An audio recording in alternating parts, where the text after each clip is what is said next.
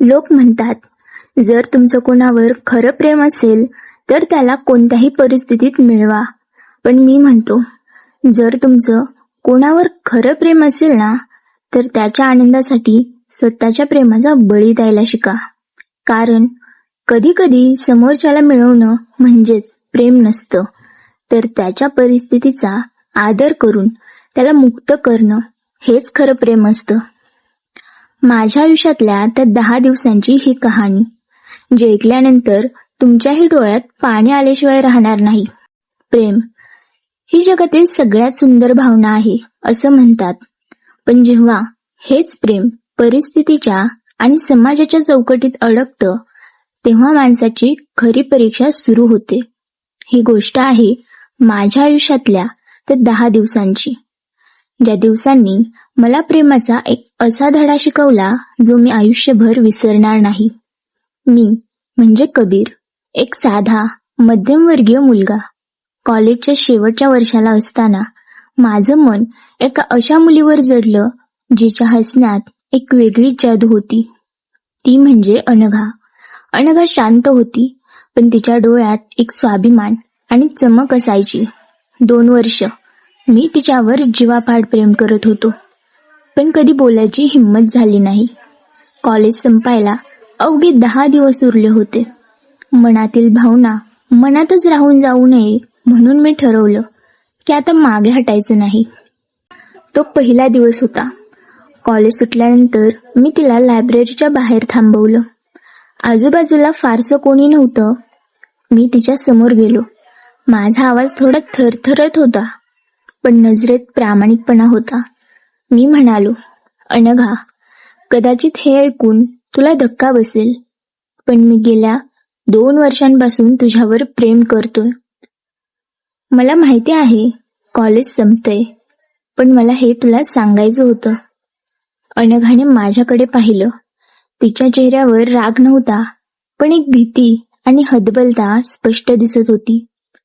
तिने एक दीर्घ श्वास घेतला आणि म्हणाली, कबीर, प्लीज, असं काही बोलू नकोस. आपण वेगवेगळ्या जातीचे आहोत. आपल्या घरातील परिस्थिती वेगळी आहे. माझे बाबा खूप कडक आहेत. ते समाजाबाहेर जाऊन कधीच विचार करणार नाहीत. आपल्यात काहीही होऊ शकत नाही. ती तिथून निघून गेली. 2रा, 3रा आणि 4था दिवस आमच्यात प्रचंड शांततेत गेला. अनघा मला पूर्णपणे टाळत होती. मला वाटलं की मी माझं मन सांगून खूप मोठी चूक केली. पण 5व्या दिवशी कॉलेजच्या पाठीमागे असलेल्या जुन्या बाकावर मी एकटाच बसलो होतो. अचानक तिथे अनघा आली. तिच्या डोळ्यात अश्रू होते आणि चेहरा पूर्ण उतरलेला होता. ती माझ्या शेजारी बसली आणि रडत म्हणाली, कबीर, तुला काय वाटतं? मला भावना नाहीत, पण मी हतबल आहे रे. कालच घरी माझ्या लग्नाचा विषय निघाला. बाबांनी आमच्याच जातीतला एक मुलगा ठरवलाय. मी जर त्यांना तुझ्याबद्दल सांगितलं तर ते स्वतःला काहीतरी करून घेतील किंवा माझी स्वप्ने कायमची संपवून टाकतील. समाजाच्या भीतीने मला माझ्या भावना माराव्या लागतील. मी तिच्याकडे पाहिलं. तिचे डोळे पुसले आणि तिच्या चेहऱ्यावर हात ठेवून अत्यंत शांत आवाजात म्हणालो, अनघा, जर तुझं माझ्यावर खरं प्रेम असेल ना, तर तू हे करेल. तू तुझ्या कुटुंबाचा विचार कर. मी माझ्या प्रेमासाठी तुझ्या हसत्या खेळत्या कुटुंबाला उद्ध्वस्त करू शकत नाही. जर तुझं माझ्यावर खरं प्रेम असेल तर तू तुझ्या बाबांच्या निर्णयाचा आदर कर आणि त्यांच्या आनंदासाठी स्वतःला तयार कर. तुझं माझ्यावरचं प्रेम सिद्ध करण्यासाठी तुला माझ्याशीच लग्न करावं लागेल असं नाही. तू तुझ्या आयुष्यात जिथे कुठे राहशील तिथे सुखी आणि सुरक्षित राहणे, यातच माझ्या प्रेमाचं खरं यश आहे. अनघा माझ्याकडे पाहत राहिली. माझ्या या शब्दांनी तिच्या मनावरचं ओझं हलकं केलं होतं. तिला समजलं होतं की माझं प्रेम तिला मिळवण्यासाठी नाही, तर तिला जपण्यासाठी होतं.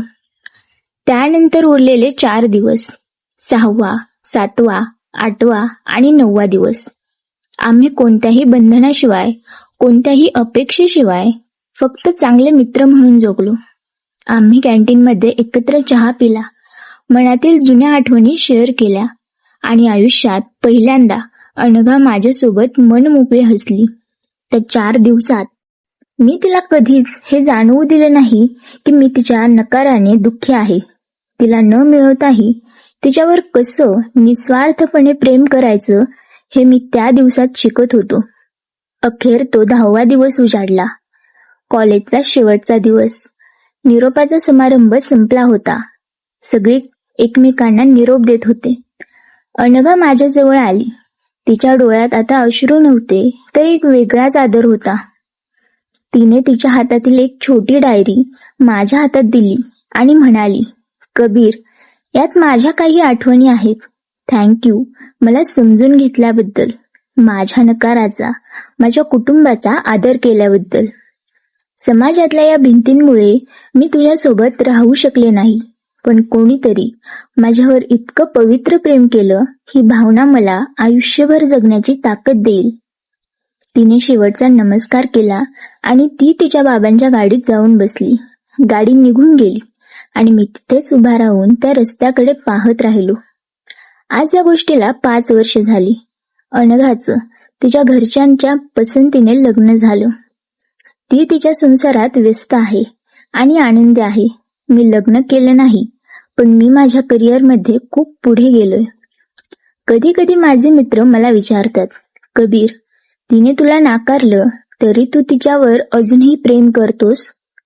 मी फक्त हसतो, कारण त्यांना कसं सांगू, प्रेम म्हणजे फक्त समोरच्याला जिंकणं किंवा आपल्या हट्टासाठी त्याचं आयुष्य अडचणीत टाकणं नसतं. समोरच्याच्या परिस्थितीचा आदर करून त्याच्या आनंदासाठी त्याला मुक्त करणं आणि दूर राहूनही त्याच्या सुखासाठी प्रार्थना करणं, हेच कदाचित माझं खरं आणि अमर प्रेम आहे. म्हणूनच मित्रांनो, प्रेम हे हट्टावर नाही, तर समजूतदारपणावर टिकतं. जर ती तुमच्यावर मनापासून प्रेम करत असेल, तर ती तुमच्या सुखाचा विचार करेल आणि तुम्ही तिच्या परिस्थितीचा. एका अपूर्ण राहिलेल्या पण तरीही जगातील सर्वात सुंदर नात्याची ही एक पूर्ण कहाणी होती. जर ही कथा तुमच्या मनाला कुठेतरी स्पर्श करून गेली असेल, तर व्हिडिओला एक लाईक नक्की करा आणि अशाच नवनवीन हृदयस्पर्शी कहाण्या ऐकण्यासाठी तुमच्या या हक्काच्या रेणुका क्रिएशन चॅनलला आत्ताच सबस्क्राईब करा. पुन्हा भेटूया एका नवीन कथेसह. तोपर्यंत स्वतःची काळजी घ्या. धन्यवाद.